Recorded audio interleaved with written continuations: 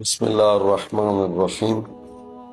وذکر فی الکتاب ادریس انہ کان صدیقا نبیہ، اس کتاب میں ادریس علیہ السلام کا ذکر کیجیے کیونکہ وہ ایک سچے نبی تھے۔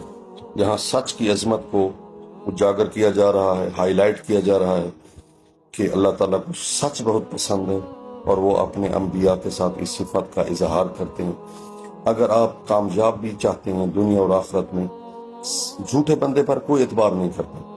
معاشرے میں اگر آپ چاہتے ہیں کہ میری عزت ہو تو سچے بن جائیں، سچ کو اپنا طرہ امتیاز بنا لیں تو انشاءاللہ آپ کامیاب ہو جائیں گے۔ دنیا میں بھی کامیابی ملے گی، آخرت میں بھی کامیابی ملے گی۔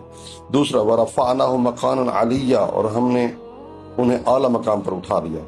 تیسرا أُولَٰئِكَ الَّذِينَ أَنْعَمَ اللَّهُ عَلَيْهِمْ مِنَ النَّبِيِّينَ مِنْ ذُرِّيَّةِ آدم، اللہ تعالیٰ فرماتا ہے ان سب پر ہم نے جو ہے نعمتیں نازل کیں جو آدم کی نسل میں تھے، وَمِمَّنْ حَمَلْنَا مَعَ نُوحٍ جو نوح علیہ السلام کی نسل میں تھے، وَمِن ذُرِّيَّةِ ابراہیم جو ابراہیم کی نسل میں سے تھے، وَإِسرائیل وَمِمَّنْ ہَدَيْنَا اور جن کو ہم نے ہدایت دی۔ ہدایت اللہ کی طرف سے ہے۔ کیسے؟ کیونکہ ذرائع ہدایت کو اس نے پیدا کیے ہیں، انبیاء کو پیدا کیا، ائمہ کو پیدا کیا، قرآن مجید بھیجا، عقل کو پیدا کیا۔ یہ چار جو ہے قرآن و اہل بیت، انبیاء، عقل، یہ چار بڑے وسیلے احادیث میں آئے ہیں کہ ہم نے انسان کی ہدایت کے لیے بھیجیں، لہذا ہدایت اللہ کی طرف سے ہے۔ اور یہ جب آخری ہدایت ہوتی ہے کہ انسان کو اللہ تعالیٰ انسان کو جنت کی طرف لے جائے گا، یہ بھی ایک ہدایت ہے۔ تو وَاجْتَبَيْنَا، اور ہم نے ان کو چن لیا۔ جب ان کے سامنے ہماری آیتیں پڑھی جاتی ہیں تو وہ رحمان کے سامنے خروا سجدا وبکیا، تو سجدہ کرتے ہوئے اور روتے ہوئے، گڑ گڑاتے ہوئے گر پڑتے ہیں۔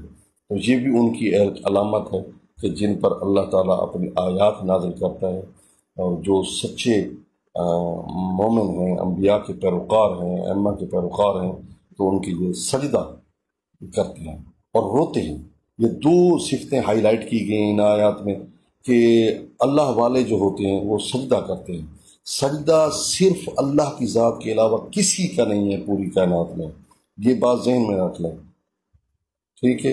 حضور نے بھی فرمایا کہ اگر کسی کا اور کا سجدہ ہوتا تو بیوی کو حکم دیا جاتا کہ وہ شوہر کا سجدہ کرے۔ غیر اللہ کا سجدہ حرام ہے، حرام ہے، حرام ہے۔ ایک تو یہ پیغام ہے، اور سجدہ انسان کی عاجزی اور انکساری کی انتہا ہے کہ جب انسان سجدہ کرتا ہے تو اس سے زیادہ عاجزی اور انکساری نہیں ہے۔ یہ اللہ کو بہت پسند ہے۔ نماز میں بھی 2 مرتبہ سجدہ ہے۔ اور دوسرا ہے رونا، اور جہنم کی آگ بجھانے کے لیے مجرم کا آنسو کافی ہوتا ہے، اور جب پرہیزگار روئے تو اس سے بھی زیادہ انعام ملے گا۔